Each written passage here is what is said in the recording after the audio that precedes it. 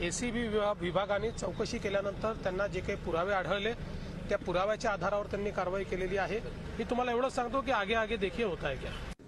भुजबळ तर गेल्यातच दम आहे, हजारो कोटी लुटले तो आणि म्हणून भुजबळांना क्षमा नाही। श्री छगन भुजबळजी, एन्फोर्समेंट डायरेक्टरेटने गेले काही महिने सातत्याने मनी लॉन्ड्रिंगच्या संदर्भातला तपास केला आणि या तपास केल्यानंतर त्यांना त्या तपासामध्ये जे काही आढळलं त्यानुसार prevention of money laundering act या कायद्याच्या सेक्शन 19(1) प्रमाणे श्री छगन भुजबळ यांना अटक केलेली आहे। आम्ही कुठल्याही परिस्थितीमध्ये घोटाळे या ठिकाणी दाबण्याकरता मदत करू शकत नाही।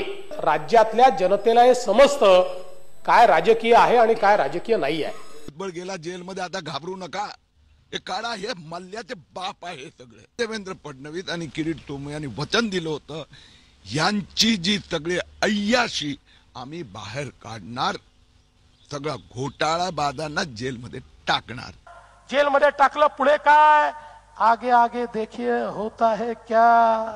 काय जोरदार भाषण करतो, हाऊ हाऊ हाऊ हाऊ, जोरदार, म्हणजे असा नट सम्राट या महाराष्ट्राने पाहिला नाही। अरे भुजबळ साहेब, तुम्ही स्वातंत्र्य संग्राम सैनिक म्हणून नाही जेलमध्ये टाकलं, तुम्हाला जेलमध्ये टाकलं तुम्ही भ्रष्टाचार केला म्हणून।